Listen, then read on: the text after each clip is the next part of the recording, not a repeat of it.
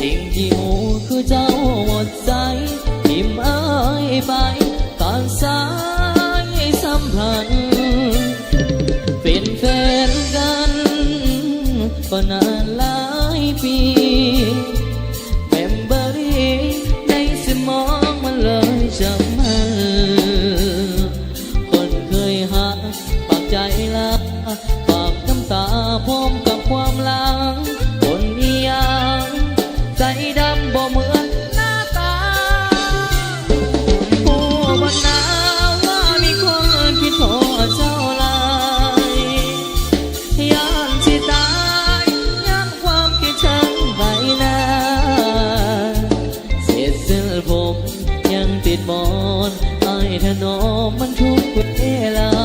บอกตัวเองว่าวันหนึ่งเจ้าจะหูหันมาหาคนคิดทอดมีความหวังจริงรอคอยอ้อมแขนน้อยๆยังคอยเจ้ามาให้กอดหากความหักก็โสภา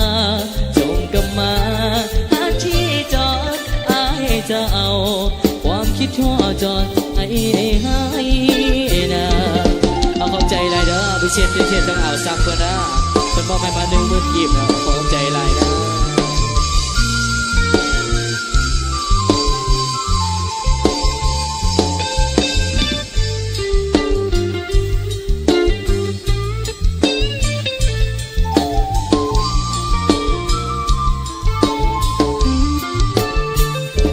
มีความหวัง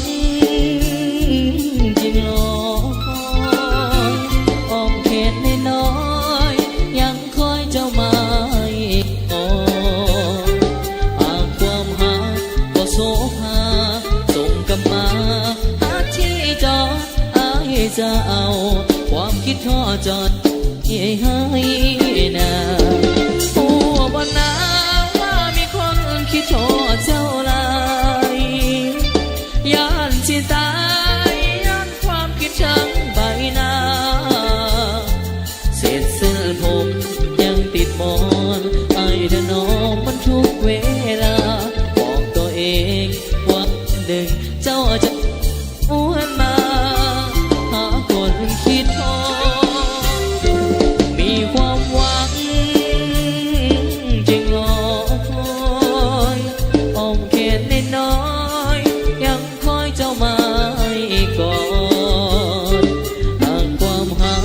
ก็โสภาจงกลับมาที่จอดอายจะเอาความคิดทอดจอดใจให้นะหากความหักบ่โสภาจงกลับมาหาที่จอดอายจะเอาความคิดทอดจอดใจให้